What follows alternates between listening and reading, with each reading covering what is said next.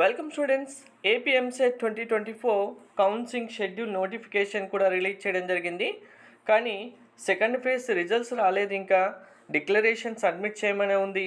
దానివల్ల second phase results రాని students అందరికీ ర్యాంక్స్ ఇవ్వకుండానే కౌన్సిలింగ్ కండక్ట్ చేస్తున్నారు. చాలామంది స్టూడెంట్స్ అడుగుతున్నారు. అది రాంగ్ ఇన్ఫర్మేషన్ అండి. మనకు సెకండ్ ఫేజ్ సంబంధించి రిజల్ట్స్ డిక్లేర్ చేయడం జరిగింది. మీకు స్టూడెంట్స్ ర్యాంక్ కార్డు కూడా ఇప్పుడు నేను క్లియర్గా చూపిస్తాను. సెకండ్ ఫేజ్లో వచ్చిన ranks second phase results release చేసిన తర్వాత ఇప్పుడు మనకు కౌన్సిలింగ్ కండక్ట్ చేస్తున్నారు.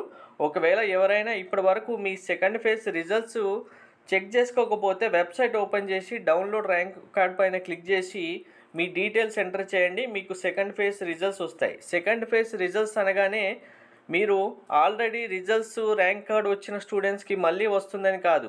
ఇప్పటి వరకు ర్యాంక్ రాని స్టూడెంట్స్ ఎవరైతే ఉన్నారో వాళ్ళకి మాత్రమే సెకండ్ ఫేజ్లో రిజల్ట్స్ వస్తాయి. ఆల్రెడీ వచ్చిన వాళ్ళకు మీ ర్యాంక్ మీకే ఉంటుంది. న్యూగా సెకండ్ ఫేజ్లో రిజల్ట్స్ వచ్చిన స్టూడెంట్కి మీరు ఎంపీసీ అయినా సరే బైపీసీ అయినా సరే మీకు ఇలా ర్యాంక్ కార్డ్ డౌన్లోడ్ అవుతుంది. ఈ ర్యాంక్ కార్డ్లో సెకండ్ ఫేజ్లో రిజల్ట్స్ వచ్చిన స్టూడెంట్కి మీ ర్యాంక్ అనేది ఇలా 0.1 యాడ్ చేసి రిజల్ట్స్ ఇవ్వడం జరుగుతుంది. అదే ఆల్రెడీ మీకు ఫస్ట్ ఫేజ్లోనే రిజల్ట్స్ వచ్చిన స్టూడెంట్ అనుకోండి, ఇప్పుడు మీ ర్యాంక్ కూడా 20,236 అనుకోండి. మీ ర్యాంక్ 20,236 ఉంటుంది. మీ ర్యాంక్ ఏమీ చేంజ్ అవ్వదు.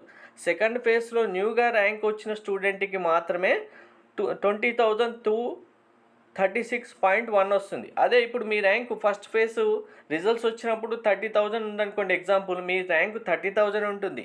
సెకండ్ ఫేజ్లో న్యూగా ర్యాంక్ వచ్చిన స్టూడెంట్కే 30,000 ర్యాంక్ రావాలంటే 30,000.1 అని వస్తుంది.